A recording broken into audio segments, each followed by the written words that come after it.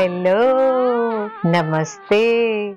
आज हम रूबरू कराएंगे आपको कल्पा से चितकूल जाने वाले मनमोहक रास्तों से और आपको बताएंगे भी और दिखाएंगे भी कि हमने रास्ते में क्या-क्या देखा। हिमाचल प्रदेश टूरिज्म के होटल द किन्नर कैलाश से निकलकर लोकल साइट सीइंग करते हुए आगे बढ़ने का इरादा है आज हमारा। और ये देखिए होटल के बाहर से यहाँ का पैनोरामिक व्यू।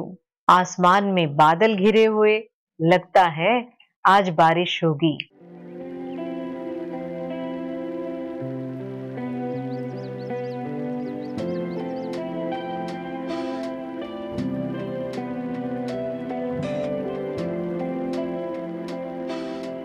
आज का सबसे पहला नाम से सुसाइड पॉइंट। ना ना ना ना ना ना ना, सुसाइड करने का कोई इरादा नहीं है हमारा। ये तो हमारा पहला पॉइंट है जो हम आपको दिखा रहे हैं।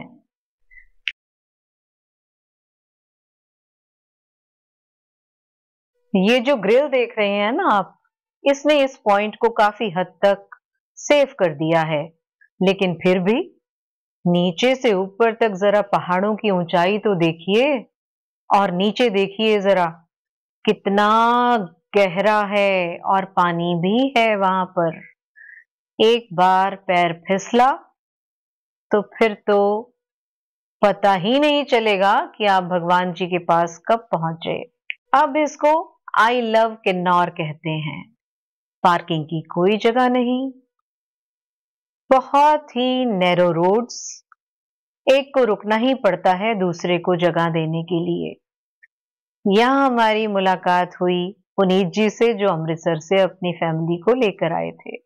यहाँ से किन्नर कैलाश माउंटेन पीक्स भी दिखाई देती हैं।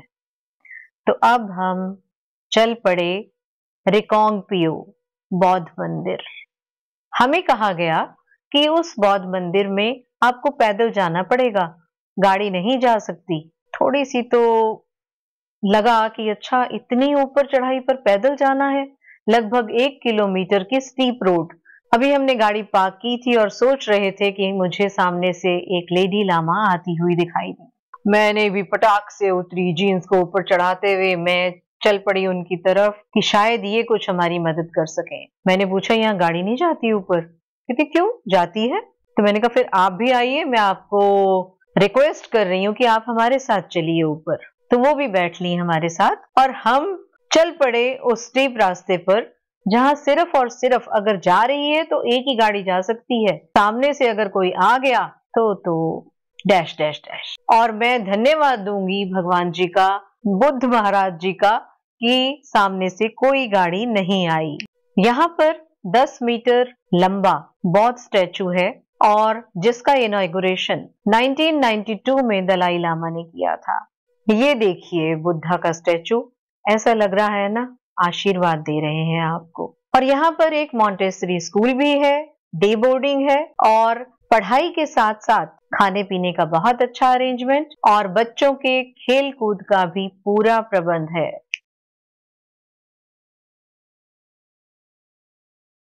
अब हम पहुंचे चंडिका देवी मंदिर। यहाँ पर आप हिमाचली कैप पहनकर जा सकते हैं और आपको यहाँ फोटोग्राफ लेना अलाउड नहीं है, लेकिन आप बाहर से इस मंदिर का आर्किटेक्चर देखिए, बहुत ही खूबसूरत, बहुत ही पुराना मंदिर और बहुत ही मान्यता है इस मंदिर की। यहाँ पर लोग ऐसा कहते हैं कि इस गांव के लिए कुछ भी होता है तो वो चंडिका माँ की आज्ञा से ही होता है। और यहाँ एक कहानी बताऊं, यहाँ भी पार्किंग की कोई जगह नहीं थी। एक बिल्डिंग बन रही थी, वहां हमने अपनी गाड़ी खड़ी कर दी। थोड़ी देर में हमारे पास फरीदाबाद से फोन आया कि आप अपनी गाड़ी वहां से हटाइए, नहीं तो टो कर ली जाएगी। अब भाई उनके पास कैसे पहुंचा नंबर? फिर याद आया कि जिससे सर्विस कराई थी उसने अपना स्टिकर लगा दिया था और ऐसा लगता है कि अच्छा ही किया था। तो किसी ने उस नंबर को पढ़ा और फोन कर दिया फरीदाबाद में। उन्होंने हमें किया कि गाड़ी हटा लीजिए वहां से। जब तक मेरे हस्बैंड गाड़ी हटाने गए, मैं चल पड़ी आगे भैरव मंदिर देखने के लिए। लेकिन अब इसे भी क्या कहूं, भैरव मंदिर बंद था। और कहा जाता है इस भैरव मंदिर के अंदर पांडव कुंड भी है। इन मंदिरों की कुछ पिक्चर्स आपके साथ शेयर कर रहे हैं हम। देखिए और हो सके तो जरूर आइएगा यहाँ पर।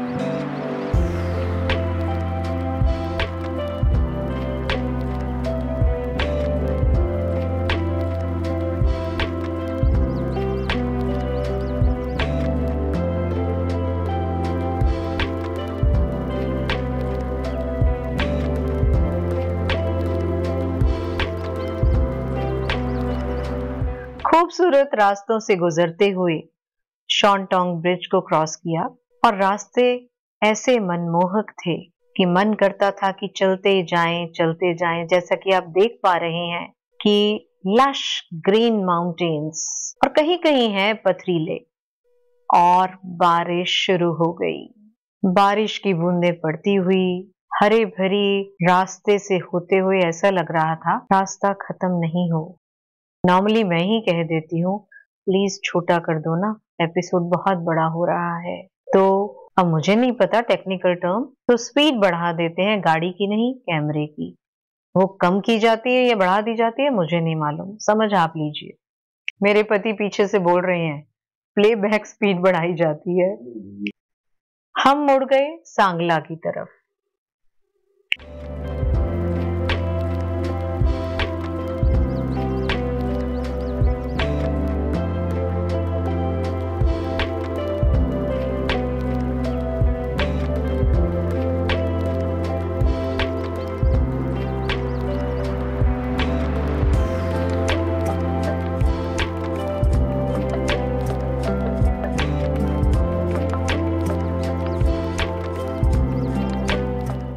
यहाँ छोटे छोटे हाइड्रो प्लांट्स हैं। बासपा रिवर है यहाँ पर, जिस पर जगह जगह पर डैम्स बनाए गए हैं। ये देखिए बासपा रिवर पर हाइड्रो जनरेटर 300 मेगावाट का।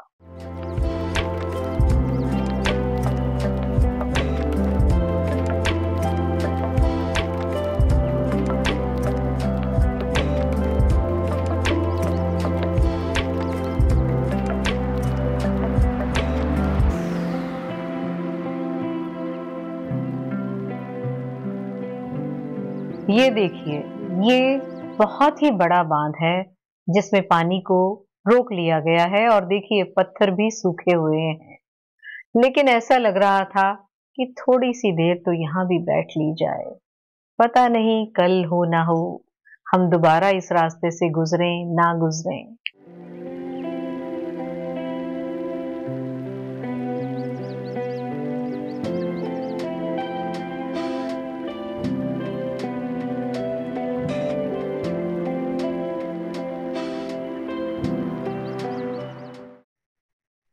Welcome to Thuppa valley.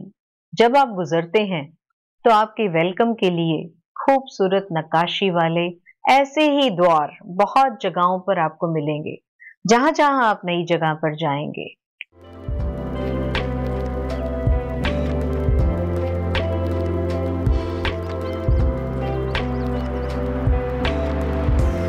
और ये है सांगला द्वार।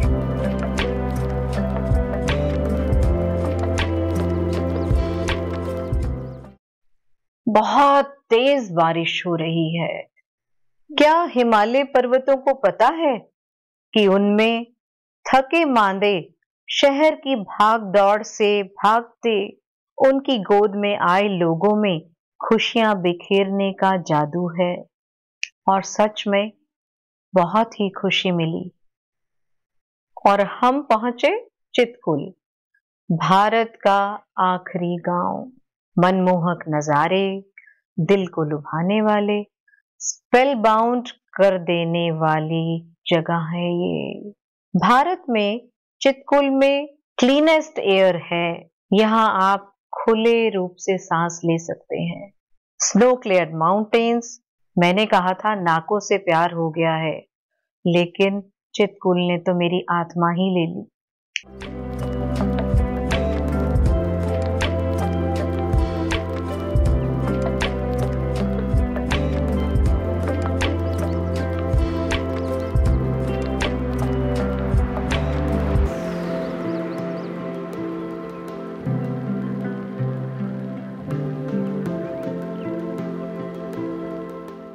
लगातार बारिश पड़ रही थी और नजर पड़ी आई लव चितकुल। तो ऐसा कैसे हो सकता है, बारिश और नो बारिश, फोटोग्राफ तो होनी ही थी ना। हम उतर गए गाड़ी से।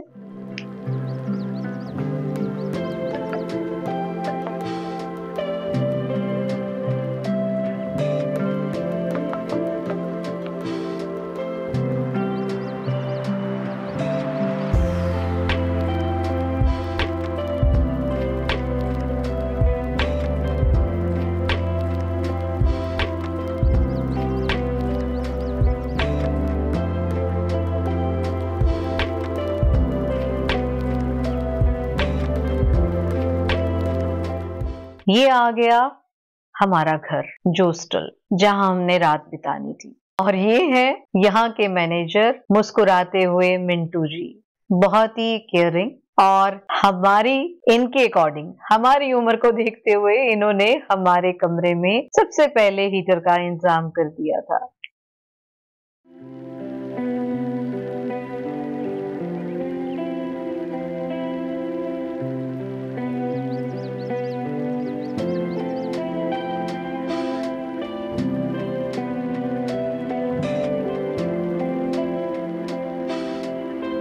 क्या मस्त नजारा है।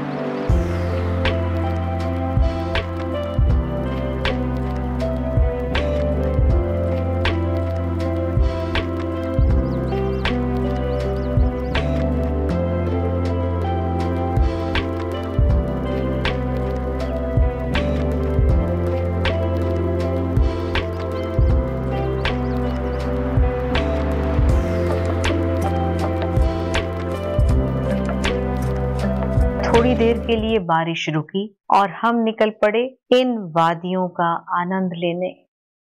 कल कल बहती नदी के किनारे चारों तरफ स्ट्रीम्स, तिब्बत बॉर्डर यहाँ से लगभग 120 किलोमीटर की दूरी पर। कैंपिंग साइट्स देखिए यहाँ पर, लेकिन ठंड के मारे कुल्फी जरूर जम जाएगी, ऐसा मुझे लगता है। सीरीन एटमॉस्फेयर के जादू में हम बंद कर रह गए। V shape snow clad mountains, और ये है इंडियाज रिवर साइड लास्ट चाय वाला।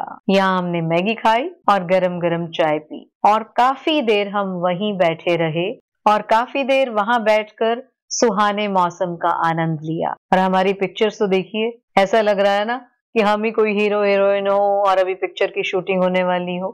टहलते हुए, मस्ती करते हुए, भीगते भागते हुए वापस पहुंचे।